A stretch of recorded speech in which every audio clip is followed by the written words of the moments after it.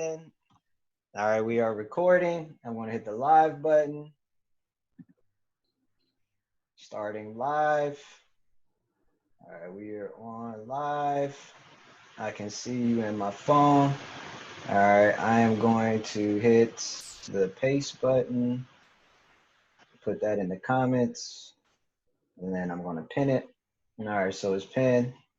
All right, we're in there. I'll let this Galaxy person in.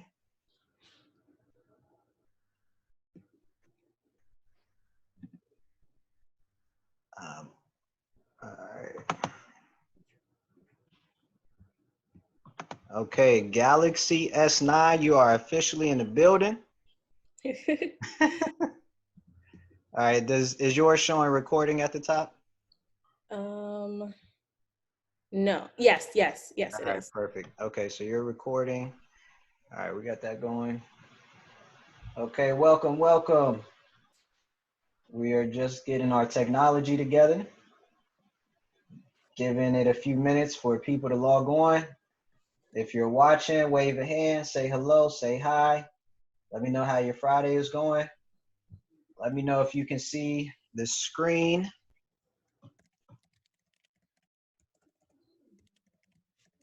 All right, so I'm going to expand. All right, perfect. All right, so I've expanded my screen. Let me know. You should be able to see the screen. All right, good. All right, who's on? Let me know who's on. What's up, Kyrie? I was just talking to your brother yesterday.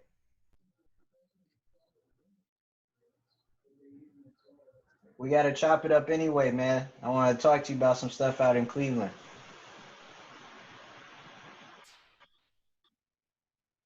All right. Who else is on? Let me know if you're watching. We're going to give it as 3:02. We'll get started, maybe 3:04, 3:05 at the latest. Give it a couple minutes to warm up. All right, we got somebody else popping in. Hello, Linda. I hope I didn't. You took them off. Right. Okay, there she is. All right, Linda's in. Linda Clay, thanks for joining. There we go, pin. Found the pin button. All right, perfect, there you go. All right, so, man, it's how's the weather out there? It's a little gloomy today. We've had a lot of rain last 24 it's hours. super sunshiny, blue skies, all of that. What's up, Patrick? Yeah. We're just warming up. Patrick is a University of Cincinnati alum. You know Patrick Turner? Yes. Yep. Hey, Patrick. Patrick, what's going on? All right. What's up? Yeah, man. We've had good weather though. It's just the rain has been on and off, but we've had good weather. But today is just it's not the best. Yeah, it's been a little cold too. And we have a lot of windows open in the house, so I've been cold lately. But all right. So what time is it? 3:04. Okay. 3:04. You got all the nervousness out? You ready? Oh, it's still there, but we're gonna make it happen. Okay. All right. Trying to pin comments. Since we have an audience on Facebook, let me know if you are having any issues seeing the laptop screen. If you want to get the good angle where you can see both of us, it's probably better for you to log on to Zoom. The Zoom information is up top or somewhere on your screen. All you got to do is hit the link. You can join in from your cell phone, from a computer, from a laptop. You can even call in. But either way, you'll probably get a better vantage point if you're on Zoom. All right, for the people who have logged in from Zoom, welcome. I don't know who the Galaxy S9 is, but welcome, Linda. And we'll have some other people log in, I'm sure. All right, so let's get started. Welcome to Health is Wealth Week 2020. We have officially made it almost through the entire week. And it's crazy because actually, Andrea, I think you were the first person, I'm pretty sure you were the first person I brought this idea to several months ago. And to see the culmination of the idea, to see how the week has played out, and to be able to end the week talking to you, I think is awesome. And it's fitting that you were the first person that I brought the idea to, and we're able to end the week talking to you. So welcome to Health is Wealth Week. This is our first official Health is Wealth Week, and this is going to be an annual event that I'm planning to have every year. And not only will there be virtual events like this one, we'll also have live events. And the entire idea behind Health is Wealth Week is, one, to provide knowledge, to provide information, to provide education, and to empower everyone on an annual basis to remember the importance of health and to put your health first, and to give you the tools and the resources that you need to be able to sustain and to hold yourself accountable. I know that this week has been awesome. We've had some great discussions. We've shared a lot of information, and I can tell you that as the week has been going on, I've noticed that I've had to reflect on where I am in my health journey, what changes, I can make and I should make. And I'll tell you, today I had to throw out my tub of ice cream. Oh, no. Threw my tub of ice cream out. Now, mind you, I don't eat a lot of ice cream, but because my wife is pregnant, there's a lot of cravings and things that aren't naturally mine that I've taken on. But that's just one example of some of the health changes that I've made. So anyway, to finish up Health is Wealth Week, we have a conversation today. I'll jump into that in a second. Tomorrow, we have one last event.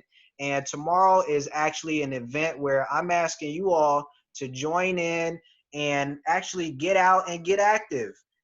Take 30 minutes to get out tomorrow, somewhere around 7 a.m., wherever you are, whether, Central Standard Time, East Coast time, West Coast time, somewhere in Europe. Just get out for 30 minutes, do some physical activity, and then post your workout photo with the hashtag Health is Wealth. And feel free to tag myself or any of the speakers who have spoke this week. And again, the idea is to get everybody on one accord so that we can actually put our action behind our words and put our health first. So today we have the illustrious Andrea, Hey. Elizabeth, Hello. Paul, who is a licensed professional counselor. And I'm just going to give a brief overview of her bio, and then I'm going to ask her to tell us a little bit more about who she is and what she does. And then we'll dig into the beef of the content today. But today is about mental health and entrepreneurship with Andrea Paul. She's a licensed professional counselor, a mental health counselor in the state of Ohio. She's also an entrepreneur, a coach, and an author. She uses her skills to help individuals and other small business owners thrive in areas they may see as weaknesses. If you are struggling in some aspect of your individual journey, she is available to help you create and live the life that you want. Can we get a digital round of applause? The crowd goes wild. All right, so welcome. What's up, Deacon Bobby? All right, so welcome, Andrea. So tell everyone that's logged on, give us a little bit about you. Tell us a little bit about the professional accolades and the professional resume, and then just tell us a little bit about you as a person, and we'll jump in there. We'll jump in from there. Okay, well, hello everyone. I've got like 8 different devices going on right now. So I am Andrea Elizabeth Paul, a licensed professional counselor in the state of Ohio, currently residing in California where the sun is shining and it's beautiful all the time. So that's amazing. I am the founder and owner and counselor of Essential Counseling LLC. It is an online-based counseling service that caters to millennials. So anyone dealing with a transition in their lives, wanting to learn how to overcome the quarter year or the quarter life and the 30-year crisis, that's kind of like my sweet spot with Essential Counseling, helping people just kind of transition into adulthood or how to adult properly. I have also just founded or co-founded a coaching practice with one of my best friends. So we're trying to get that up and running, but that is called Rising Star Life Coaching. With Rising Star Life Coaching, we cater to, again, the millennial woman, dealing with just finding her purpose in life, her footing in life, being able to know that she is a rising star within her life. And then when it comes to me within the coaching business, I am open to helping business owners or entrepreneurs learn how to start their business. So being in that first step, I got an idea. How do I execute? What do I need to do? You know, that's kind of like how I help people get to that rising star in their lives as a business owner.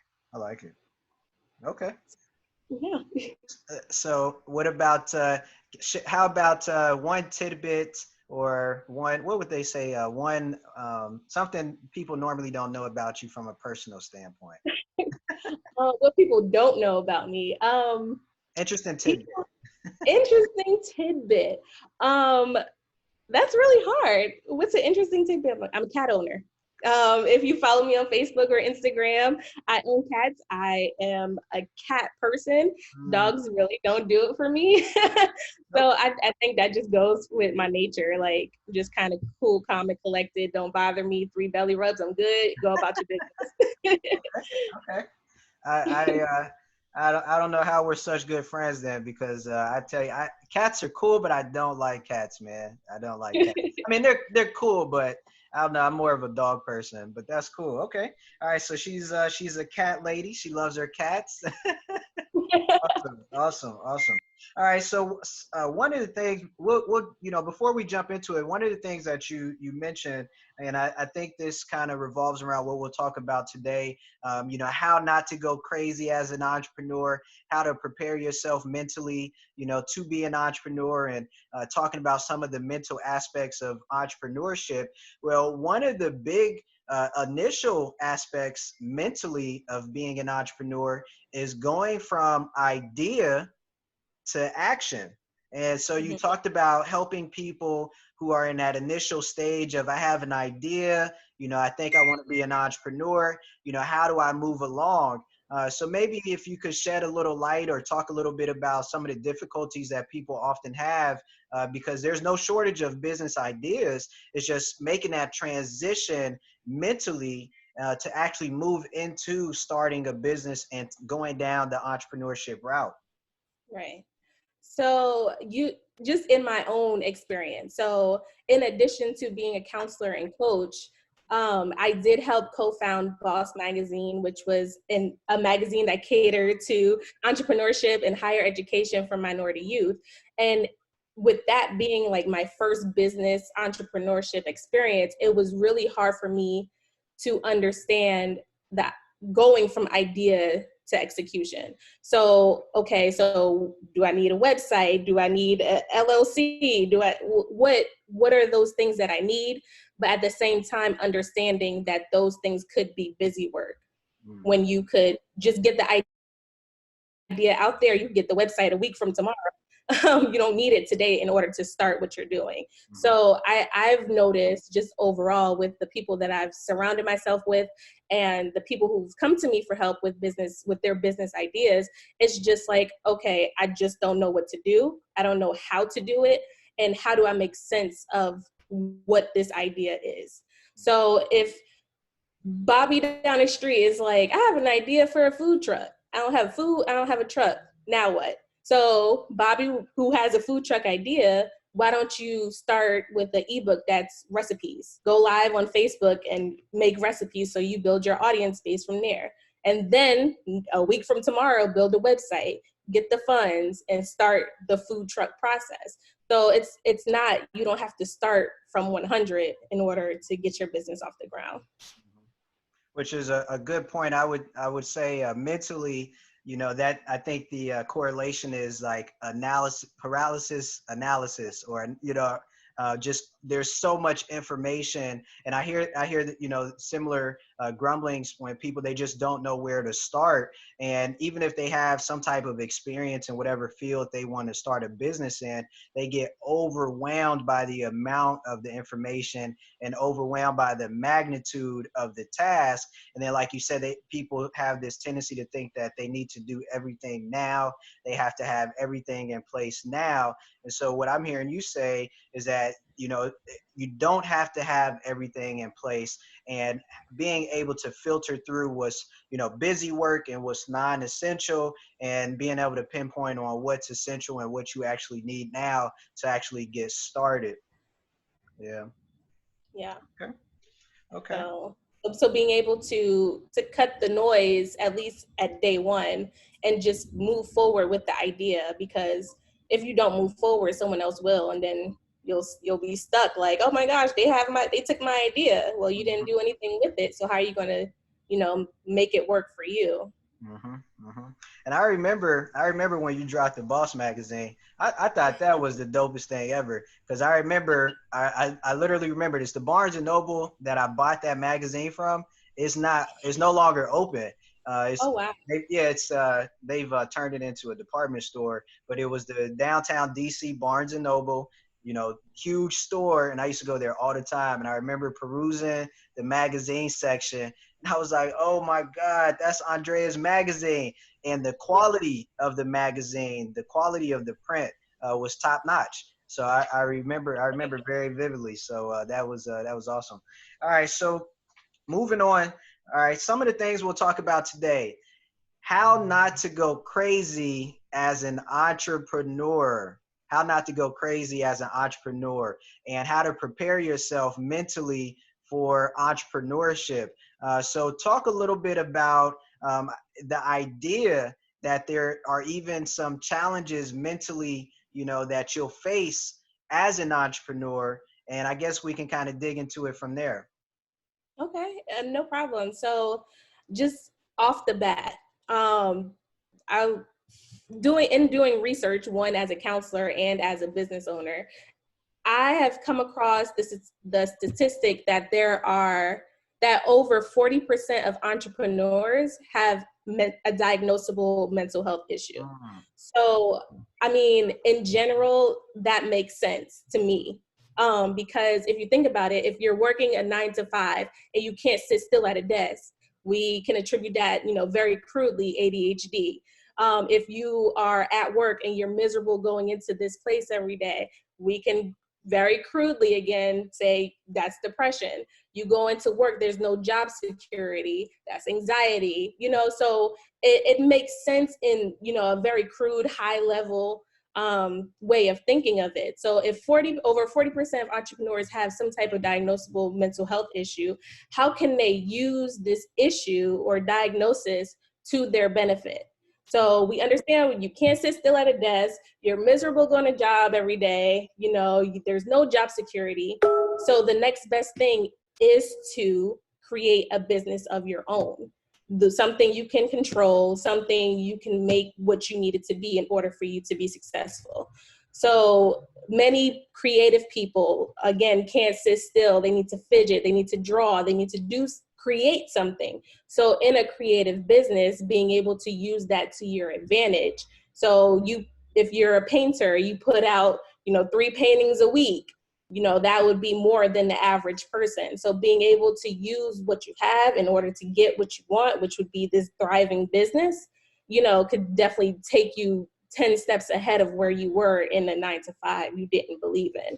So I guess just as a ground level, it makes sense that many entrepreneurs, you know, are struggling with mental health.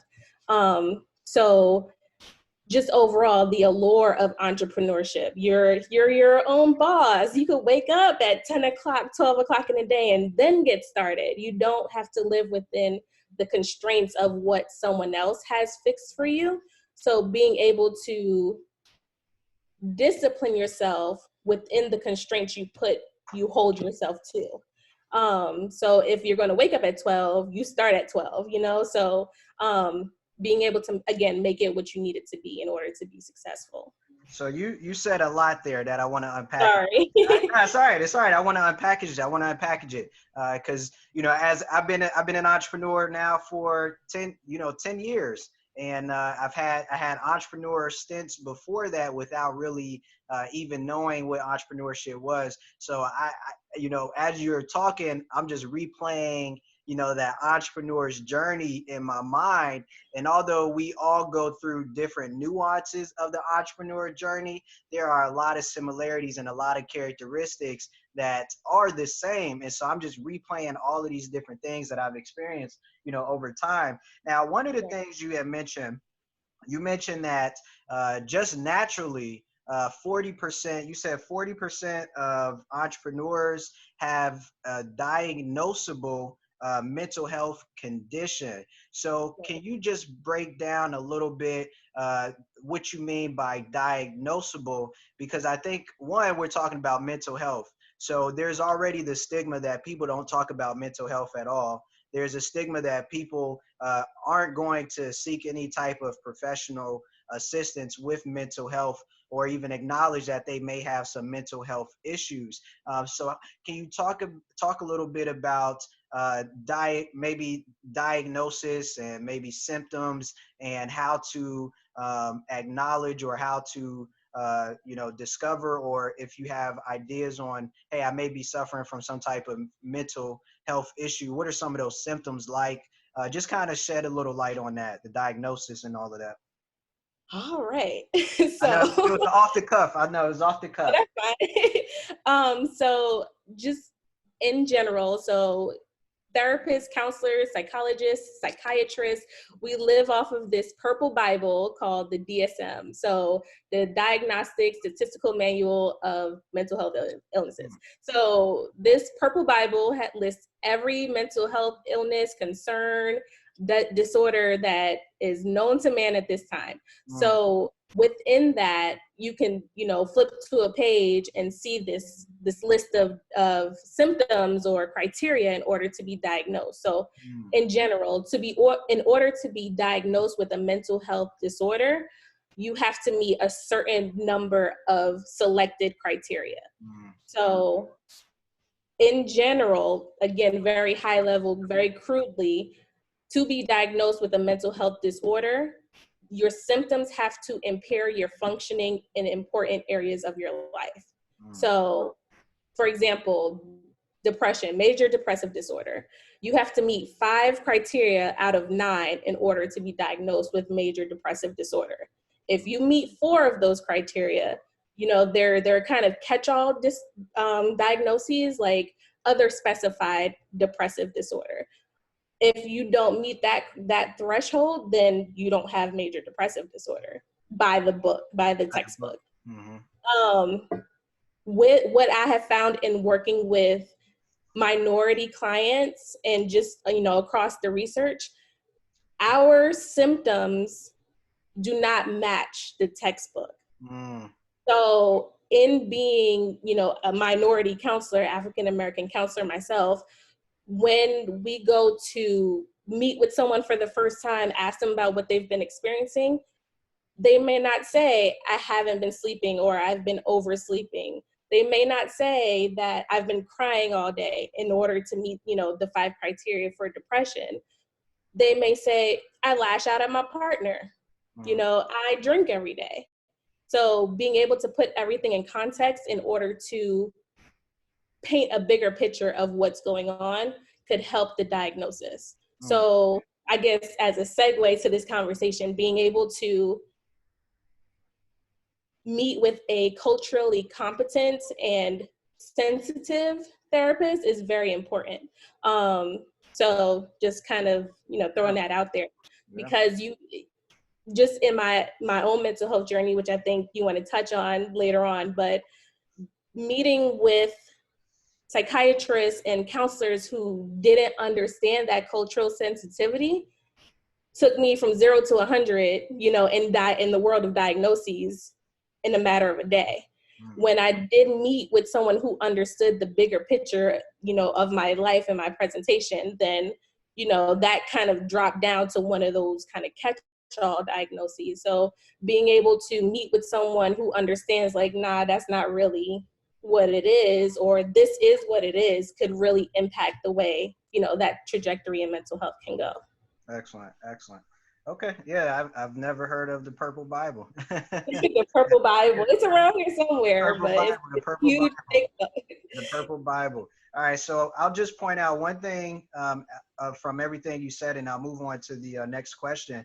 So even if an individual doesn't meet the criteria 5 out of 9 or 6 out of 9, whatever that is, to be diagnosed, it still doesn't mean that they don't or they aren't suffering from some degree of mental health issues. It just may not be at the level to be diagnosed. And then, of course, you talked a lot about the cultural sensitivity and awareness and the implications that may have on whether or not you fit the quote the spectrum or what have you. That's an excellent point. So also you talked about in your opening, you talked about what I would categorize as the symptoms of the desire to become an entrepreneur. And you talked about people who, sitting in your office and you may have a difficult time with the structure of the office. You may have a difficult time, staying still and being content with the work. Some of those types of things. And I can very vividly remember, my experience going through that. Can you talk a little bit about just or shed a little light on if you're feeling these different things, it may be an indication, that you may you may be meant to be an entrepreneur, or that entrepreneurship is something that you might want to look into pursuing. So first and foremost, when it comes to entrepreneurship, everyone can be an entrepreneur, but not everyone is meant to be an entrepreneur. Mm-hmm. So just because, like I said, you can't sit still, you don't like the rules of the office, whatever the case may be, does not mean this person necessarily needs to go out and start their own thing. Yes, they can, but if that's not, their lane, if they're more comfortable, being in the background, working for someone else, that's absolutely fine too. So being able to create the world you want to live. So if the office is not doing it for you, what can you do when you go home? What can you do when you wake up that's going to, spark that fire in you to make you, want to wake up the next day? So being able to understand what it is that you need in order to thrive is the first step. Outside of like, I can't do this anymore, I'm quitting tomorrow, So just being able to lay some type of foundation just within your thoughts before you plan your escape route would be paramount in that. I don't know if I just answered your question or not. That's good. That's good. Because actually one of the questions I was going to put down on the question list was, the idea that, can everybody be an entrepreneur versus should everybody be an entrepreneur? And I'm in the same boat of thought of you. Everyone, I think, yes, everyone absolutely can be an entrepreneur, but I don't think everybody should be an entrepreneur. And for a lot of the, very same reasons, that you mentioned. So I'll take one more question from your opening. And this was, you were, as you were talking about the not the midlife, but the quarter century, 30-year crisis, and talking to people about their purpose and helping them to discover their purpose, which I think it's safe to say that people can face that same question at 25 or 50. Do you have any thoughts or ideas about the importance of knowing your purpose, how that kind of interplays into your life and your general happiness, as well as how that might play into an entrepreneurship and deciding to become an entrepreneur and deciding what you'll do as an entrepreneur? Okay. So again, the counselor hat is still on. So I guess it goes into this idea of spirituality, which doesn't mean religion. It doesn't mean, God, praying, whatever the case may be in the case of, the facets of your life. So finding your purpose is a spiritual quest, because it forces you essentially to look within yourself and figure out what it is you want to come out. So, so being able to find your purpose. How do you find your purpose? What is it that you're passionate about? What are you curious about? What do you think you can do that could change your world? Not necessarily the world, but what can change your world? What fires you up? And what are you good at? How can you help other people? How can you help yourself? So being able to answer those questions could lead you towards your purpose. So going on that spiritual journey of knowing what you want and who you are, could definitely, light a flame and be a lighthouse in the darkness when it comes to creating a business, or, just wanting to do something and get some money. So finding that thing, whatever that may be, in order to profit from or be able to donate to something else, makes you an entrepreneur. And I guess in the larger scheme of life, you can say we're all selling something. We have all sold something at one point in time. It may not have been a service, it may not have been a product, but you have sold something. You sold how confident you were when you walked into that job interview and that employer bought it. You sold that white lie you told your mother when you broke curfew, and she may not have bought it, but you were selling it to her. So at some point in our lives, we have sold something. So now it's just about translating that into dollars in an actual business. I like it. And in entrepreneurship and a business can be the vehicle that allows you to express your passion and fulfill your passion. It can also be the vehicle that helps you fund your passion. So the entrepreneurship can serve from a couple different avenues. And what you mentioned about everyone has sold something at one point in time. I won't talk about the book, but I'll mention it. There's a book called To Sell is Human. The book is called To Sell is Human. And the general idea is exactly what you said.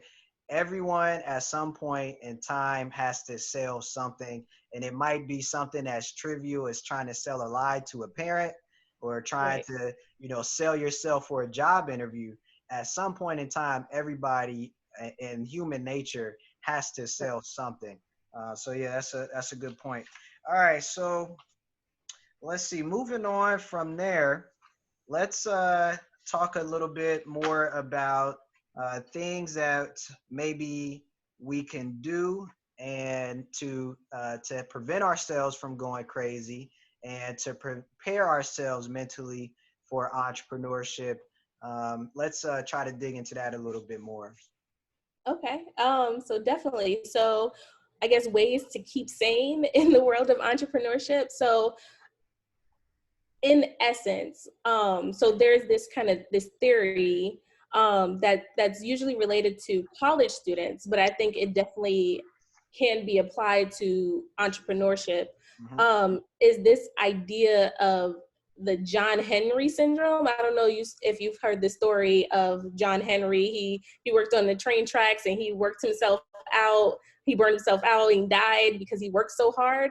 So I guess, again, very crudely sharing that story, but we as minorities, or minority people in general, try to overwork themselves in order to prove who they are, that they can do it. So until they burn out. So either burnout looks like, I don't want to do this anymore, or I don't have any more money to put into this business. It just completely wipes you out. You don't do it anymore. So in entrepreneurship, trying to avoid the John Henry syndrome is definitely very important. And in order to avoid that overworking to burnout, it's just being able to set a plan in place to prepare yourself. So being an entrepreneur comes with its ups and downs regardless. So being able to cope with those ups and downs will be very important to the success of your business. So the first thing is to create like goals. So what is your goal for this business? What is your goal for the profits you make? So once you have, like, again, very high level crude goals, you have to reverse engineer those goals to figure out an action plan. How do you get to, if your goal is to make $1,000 a week, how do you get to $1,000 a week? So you reverse engineer that to create an action steps. Then more or less identify your niche. Like who are you selling to? If you've got the simple lie to your mom, are you going to tell that same lie to your sister? You know, so you've got to figure out your audience. Like, who are you selling to? Who do you sell the best to? And who wants your service or product. So once you know who you want to sell to, you know what your goals are, you know how you're going to get there, but now you've got to put it in action. So establishing systems. So that may look like putting a team in place. So if you're a graphic designer, you may know how to use an Apple computer, but you know this client needs a PC. Hire someone who knows how to work a PC, so that you're not utilizing all your brain power to get this job done, and at the end, again, burn out because you overwork. So putting a team in place, putting systems in place. If you have a website, get an email list going through a mail client. So something simple like that could take the work off of you and more or less put the work on autopilot, given what it is. So find your fans and then find your buyers.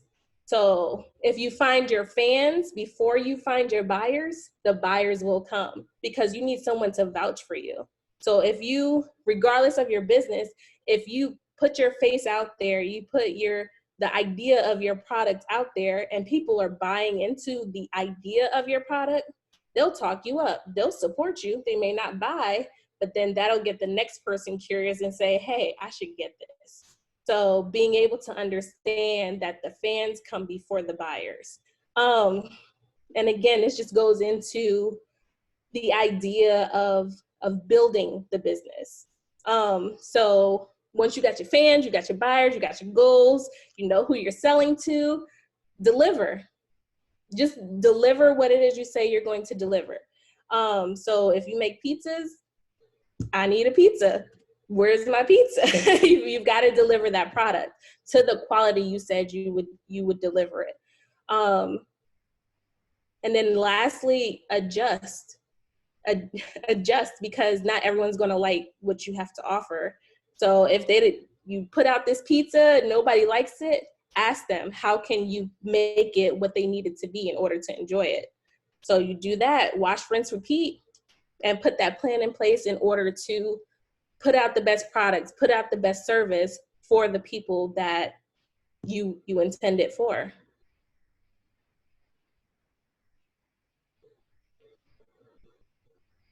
I can't hear you.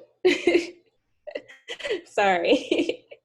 No, I think I had accidentally muted myself. Can you hear me now? Yes. Okay. All right. So you gave us a lot of great information.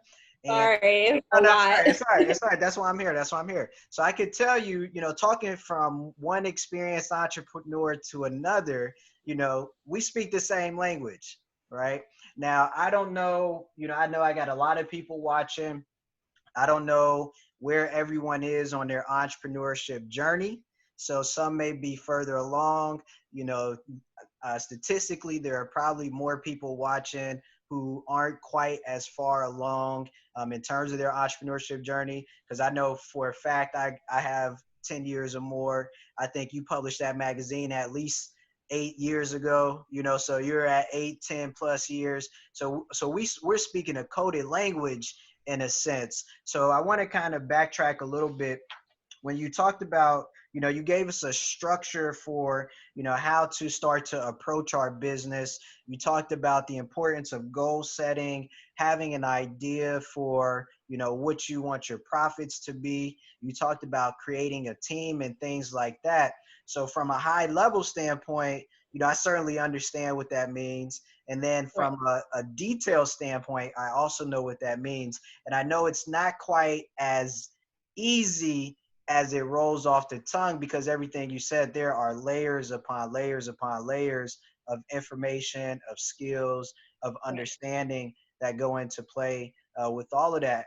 But what I got from that is that part of that process is pulling the business out of your mind, Mm-hmm. putting it on paper, and through that process and going through the process of creating this structure, you're also alleviating some of the mental stress, some of the mental anxiety, some of the things that you can experience, because you're taking all of this stuff out of your mind, you're dumping it onto paper, and then you're creating this environment that ideally a business becomes self-sustaining in many ways, or there are, like you mentioned, the systems that help you have more of that consistency, have more of that systematic and automatic feel, so that the business itself is not as dependent upon your mental state of mind.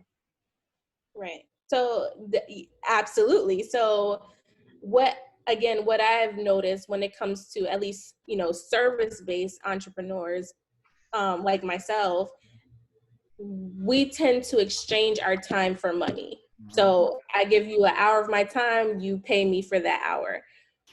Where the idea of systems, kind of, zoning in on that, the idea of systems creates this creates more arms, Mhm. more reach for you. So me as a counselor, I exchange time for money. How can I reduce the time and still get the money? Mhm. So, so the idea of doing groups. So I see 5 people for the same amount of money or more. So that reduces 5 or 4 hours out of my day when I can see 5 people at once. Mhm. I put out an ebook on mental health. So that's another stream of income. So I don't have to, do an intake session with someone who doesn't meet criteria, for counseling, quote unquote. So how do you get more irons in the fire in order to reduce, like you said, your mental strain? If I take my time out of it, but I'm still producing, high quality content, I'm still touching the lives I need to touch, then I'm still working in my purpose. I've just found an easier Mhm. way to do it, so that I am not stressed out at the end of the day because I saw 8 to 10 clients, back to back with no lunch break, which is really common for counselors. So being able to put systems in place to reduce that mental anguish. Yep, I like it. And so some of the things from an entrepreneurship that you talked about, and this is turning out to be a great lesson on entrepreneurship too, not Yeah. just mental health, a great lesson on entrepreneurship. But you talked about with creating these systems, it gives you more arms and gives you more reach. So in essence, it's also helping you increase your efficiency. It's helping Right. you increase your productivity. And it also, when we talk about business growth, it also gives you, an infrastructure and ability to scale your business. So those are all entrepreneurship, entrepreneur terms, and part of that coded language we talk about. Now, earlier when you were talking about mental health in the workplace and different situations that may cause different moods or emotions, and you also talked about in this segment, you talked about the John Henry, was it John Henry theory? Uh, Yes. yeah, you talked about the John Henry theory.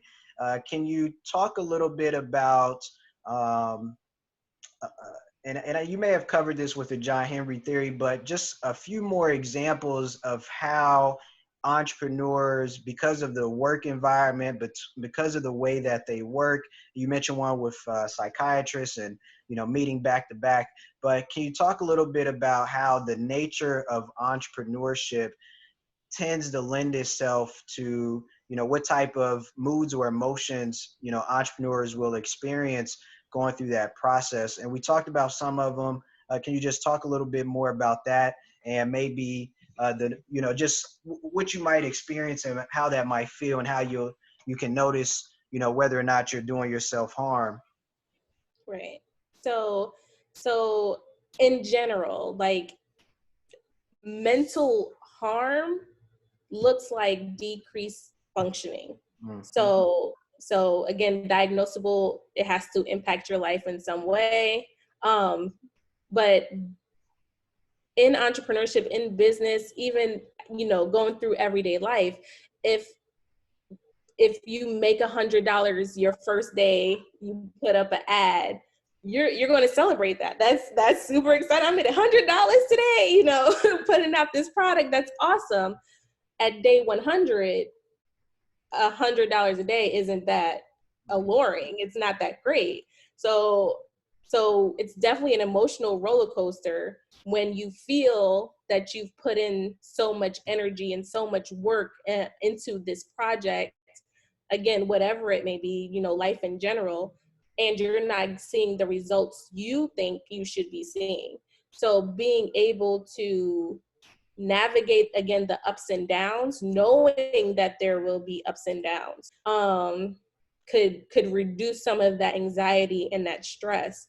At the same time, if you are going to be an entrepreneur and a business owner, you have to be prepared to do so. So that means being able to navigate the territory. So I want to be a business owner. I got to put out business every day, or, the days I said I would. I have to deliver the product I said I would. So understanding that there has to be some discipline, and it's not just willy-nilly unless you're Instagram influencer, I would say. But even they, have a schedule. They go on live every day. They go on live 3 times a week. They interact with their audience. There is a level of discipline that you need. And again, going with that, up and down with emotions, if you feel like this business is overworking you, like it's not as desirable as you thought it would be, you're working 24 hours a day and stressing and you're losing hair, yes, that comes along with the territory of being an entrepreneur. But at the same time, that's not what you got into this for. You should work hard, yes. But once you stop eating, you stop showering, you stop interacting with your friends and family, you begin drinking to cope with the emotions that you're feeling, all of that, then it may be time to seek help. And just, in the broader scope of life, you don't need to be diagnosed with something to see a counselor. So again, like my niche in counseling is, the millennial person. Not every millennial who comes to me has anxiety or is diagnosed with anxiety or depression or whatever the case may be. They just like, my boyfriend broke up with me and I need to, cope with that. So while it sounds trivial, in the grand scope of things, being able to say, hey, I need help navigating my mind as I go through this transition. Navigating my mind. I like that. Okay, yeah. Just jotting this down. That was great. That was great. Navigating my mind. I need help navigating my mind. I like. And just the idea of navigating your mind. I mean, that again comes along with the territory of mental health, because usually, in my opinion, it all stems from some form of anxiety. And anxiety is an overwhelming thought process that you've got going on in your mind. So how do you compartmentalize these thoughts in order to be able to deal with them effectively as you go throughout your day, throughout your life? Mm-hmm. And some of just want to touch base on some of the things that you said, and just kind of throw in a little insight from just my own experience and what I've learned. One of the things you talked about the emotional roller coaster, which there's always this meme going around that shows like the entrepreneurs, the emotional journey all in one day, and you're, at 9 a.m. you're up, by 10 a.m. you're down, and it's just literally this, this up and down emotional roller coaster. But I think over time, as you develop and increase your understanding of entrepreneurship, of self-discipline, of understanding how your mind works, of knowing how to put these different systems in play to help you manage your emotions and stuff like that, it does, I think, over time become easier, or it can become easier if you, do the work and all of that, but it can become easier to handle that emotional roller coaster. But there absolutely is an emotional roller coaster with entrepreneurship. And definitely many will argue that more so than just having a normal job. But one of the things I like that you said is, part of having this emotional roller coaster can stem from you not getting the results that you think you should be getting. And it's hard to, always control the results. And one of the big things that I've learned in entrepreneurship is you have a lot more control over the actions and the activities that produce the results. And so if you can manage and create the systems around the action and the activity and not tie yourself as much to the result, then you won't have these preconceived notions about what the results should be, so that when the results aren't what you think they should be, right? Should being this, Right. this key word, you aren't tying yourself as much emotionally to what the end result is. And oftentimes too, when you focus on what the results should be, you lose focus on doing the actions and the activities that produce the results. Yeah, that's all. That's all great information that you shared.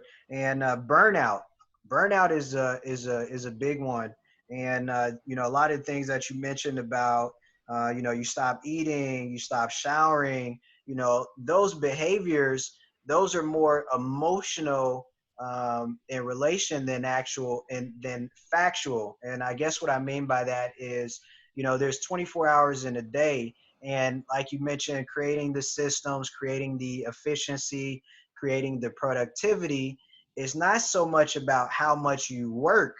It's, about, again, what you can get done in that amount of time. And so emotionally, you may stop sleeping, you may stop eating, you may think that you need to work more hours, when it could be the total opposite of what you're doing. And so when you put that stuff into play, it now allows you to have that structure and that attention, to spending time with your family, going out with friends and things like that. So it sounds like it's more of an emotional draw that leads us to this overwork than it is, in a sense, in reality, right? So, I mean, I agree with you. I definitely agree with you. It's just more or less, where is that messaging coming from? Mm. So generally in society, or, as millennials ourselves, I don't know if you could speak to this as well, but watching your parents go to work every day, no days off, you may have taken a vacation for a couple days once a week or once a year, once every 2 years, whatever the case may be. So understanding that you have to work to live, or you live to work, because there's no room for anything else. So with entrepreneurship, many people who are passionate about what they're doing don't realize that they still have a life outside of this bubble of the business. So again, trying to fill the time with busy work. So I need to have a website, I need to, buy this special notebook, I need to get this special computer. So filling the time with unnecessary things to be able to say you did it, or you work again 24 hours a day and miss the mark of what you're really there to do. So while you fill the time, you miss the time for yourself. Some people find it fulfilling. I'm not saying, everyone will get burnt out at the end, but being able to balance life, you still need a work-life balance. Mhm. Otherwise, burnout is inevitable. I like it. I like it. Okay. I'm just jotting this down. Um, all right. So let's see. Man, we've covered a lot. It's three. Wow, it's 3:54 already. Okay. Wow. Yeah, it went quick. It's 3:54 already. Well, before, let me see if anyone has any questions. If you're on Zoom, you can use the chat box to ask a question. If you're on Facebook, you can type your question in the chat box on the Facebook Live. But we covered a lot of good stuff. We covered a lot of good stuff, and I definitely definitely some good reminders for me as well, because I definitely like to work. But I'll tell you, one of the things that I've done that has helped me is, one, setting your work hours, and making sure that once your work hours are done, you put the work away and Right. it's done. It's away until tomorrow. And then another big thing is, and this also too, I think we battle not just on the what's being fed to us as entrepreneurs, but also culturally and from a society standpoint. I mean, people who aren't entrepreneurs, they work a lot too. And especially now that everyone is connected, your work is on your cell phone. Companies are encroaching more and more on your personal time and on your personal space. Excuse me. One of the things that I think is important is knowing that. So they say, like, from a psychological standpoint, physical, mental, emotional standpoint, people need to kind of refocus every 90 days. You need to rest and refocus every 90 days. So when you correlate that to the year, that's basically every quarter. So taking time out, whether it's vacation, whether it's literally just taking time away from work, but taking at least 3 days, 3 to 5 preferably, but taking at least a couple of days after each quarter to step back from your work, to step back from the busyness and this full calendar, to actually give yourself some time to rest, to relax, to be more in the moment, to spend time with your friends or your loved ones, but systematically doing that, throughout the year, so that you don't get caught up in overworking, you don't get caught up in burnout. Because I've personally experienced burnout, and it sucks. I mean, it really sucks. And I can remember going through that experience very, very vividly. And it was really that experience of burnout that helped take my level of awareness to the next level about, the way that I work, the way that, I'm approaching this entrepreneurship thing, the way that I'm approaching this business thing, all of that. So burnout in my life was actually what helped me, get to a better place with all of that. All right, let me check. I think we're good on questions. 357. Let's see. Any parting thoughts or ideas that you wanted to point out that you didn't get to point out before we close it out? All right. So last minute thoughts. Self-care, as you alluded to, is very important. So again, your life is not only this bubble of the business or of entrepreneurship. Your life is multifaceted. So taking time out of your day, of your week, of your month, of your quarter, of the year, in order to just recoup from all of the energy you've expended, running this business and just living life. Um, Self-care, and just be kind to yourself. Everything cannot be done in a day. Everything cannot be done in a week. Understanding that the results you think you should have um, is not going to happen overnight. So being able to understand that and be okay with that as you move forward to get to the end goal is going to help you tremendously, because the unrealistic expectations aren't going to help you. So being able to set those milestones and be okay with not reaching those milestones immediately. Okay, perfect. Now, how can people reach you? How can they get in touch with you? Where can they find you? A little bit of everywhere. So my counseling practice is called Essential Counseling LLC on Facebook.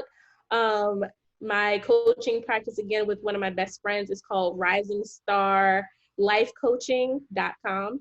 And Instagram's the same. So Essential Counseling LLC. Facebook's the same. So again, you can put your comments in the chat. We can review them if you want to contact me, but definitely reach out if you need coaching, counseling only if you're in the state of Ohio. I'm sorry, I'm only licensed in Ohio. But if you would like coaching to navigate business, life, again, transitions in life, I'm definitely willing and open to help. Awesome. And we are going to upload this video to YouTube, and I'll make it available to everybody. And also, once I finish the live, I'll post the Facebook video to my timeline. Andrea, you can do the same. Yep, you can do the same. And I got to tell you, this was a great session. You have certainly knocked it out the park, and I want to tell you thank you so much for the information that you shared, the insight that you shared, your experience. I know you have helped me tremendously, and I hope that everyone who logged on, I know for a fact that they got something out of it, and we'll never know how we impact people, but I'm glad that I was able to, share this experience in this moment with you, and I appreciate you for signing on. All right. Thank you so much just for the opportunity and the platform.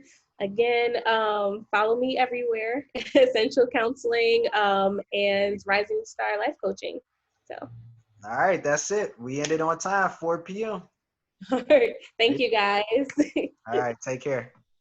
Bye.